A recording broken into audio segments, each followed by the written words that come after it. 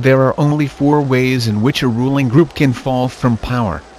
Either it is conquered from without, or it governs so inefficiently that the masses are stirred to revolt, or it allows a strong and discontented middle group to come into being, or it loses its own self-confidence and willingness to govern. These causes do not operate singly, and as a rule all four of them are present in some degree. A ruling class which could guard against all of them would remain in power permanently. Ultimately, the determining factor is the mental attitude of the ruling class itself. After the middle of the present century, the first danger had in reality disappeared. Each of the three powers which now divide the world is in fact unconquerable, and could only become conquerable through slow demographic changes which a government with wide powers can easily avert. The second danger, also, is only a theoretical one. The masses never revolt of their own accord, and they never revolt merely because they are oppressed. Indeed, so long as they are not permitted to have standards of comparison, they never even become aware that they are oppressed. The recurrent economic crises of past times were totally unnecessary and are not now permitted to happen, but other and equally large dislocations can and do happen without having political results, because there is no way in which discontent can become articulate. As for the problem of overproduction, which has been latent in our society since the development of machine technique, it is solved by the device of continuous warfare. See Chapter 3, which is also useful in keying up public morale to the necessary pitch. From the point of view of our present rulers, therefore, the only genuine dangers are the splitting off of a new group of able, underemployed, power-hungry people, and the growth of liberalism and scepticism in their own ranks. The problem, that is to say, is educational. It is a problem of continuously molding the consciousness both of the directing group and of the larger executive group that lies immediately below it. The consciousness of the masses needs only to be influenced in a negative way. Given this background, one could infer, if one did not know it already, the general structure of oceanic society. At the apex of the pyramid comes Big Brother. Big Brother is infallible and all-powerful. Every success, every achievement, every victory, every scientific discovery, all knowledge, all wisdom, all happiness, all virtue, are held to issue directly from his leadership and inspiration. Nobody has ever seen Big Brother. He is a face on the hoardings, a voice on the telescreen. We may be reasonably sure that he will never die, and there is already considerable uncertainty as to when he was born. Big Brother is the guise in which the party chooses to exhibit itself to the world. His function is to act as a focusing point for love, fear, and reverence, emotions which are more easily felt towards an individual than towards an organization. Below Big Brother comes the inner party. Its numbers limited to 6 millions, or something less than 2% of the population of Oceania. Below the inner party comes the outer party, which, if the inner party is described as the brain of the state, may be justly likened to the hands. Below that come the dumb masses whom we habitually refer to as the proles, numbering perhaps 85% of the population.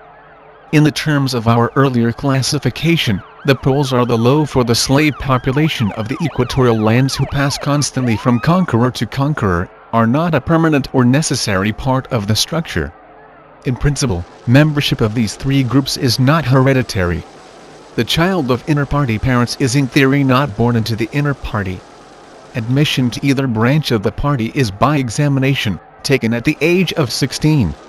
Nor is there any racial discrimination, or any marked domination of one province by another.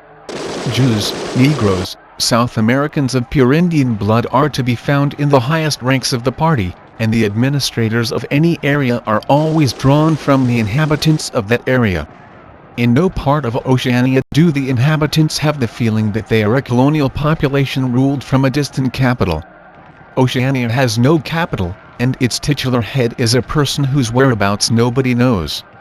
Except that English is its chief lingua franca and Newspeak its official language, it is not centralized in any way. Its rulers are not held together by blood ties but by adherence to a common doctrine. It is true that our society is stratified, and very rigidly stratified, on what at first sight appear to be hereditary lines.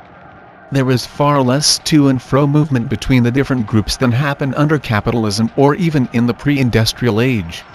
Between the two branches of the party there is a certain amount of interchange, but only so much as will ensure that weaklings are excluded from the inner party and that ambitious members of the outer party are made harmless by allowing them to rise.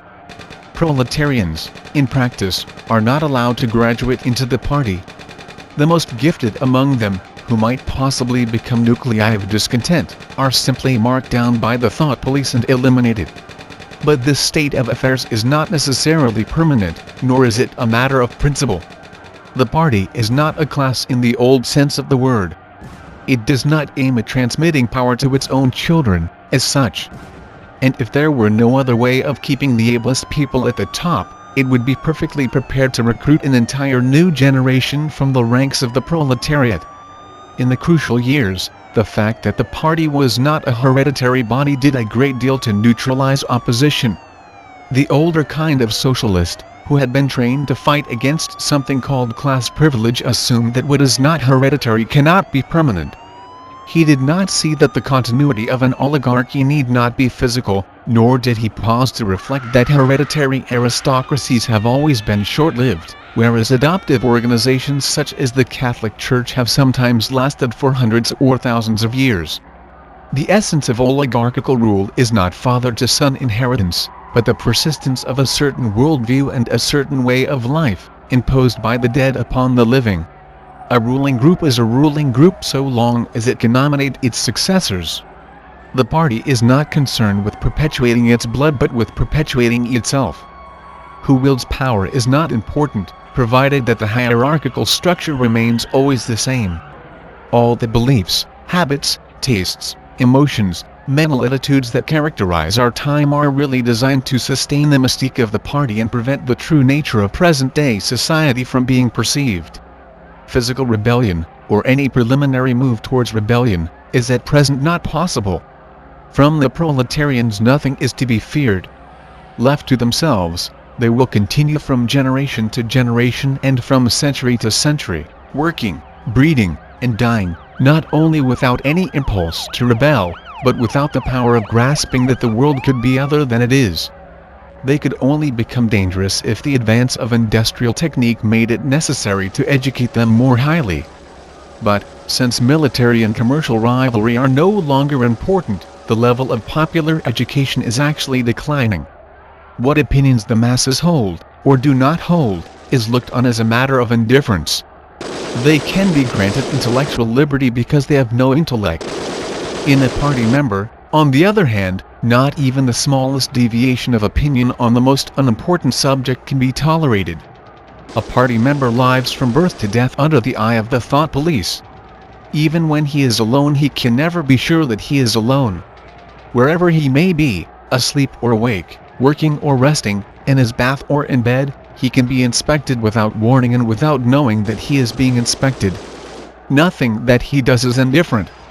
His friendships, his relaxations, his behavior towards his wife and children, the expression of his face when he is alone, the words he mutters in sleep, even the characteristic movements of his body, are all jealously scrutinized.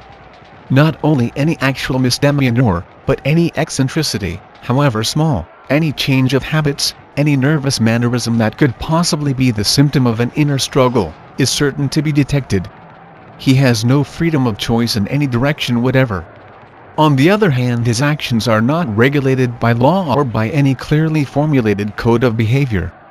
In Oceania there is no law.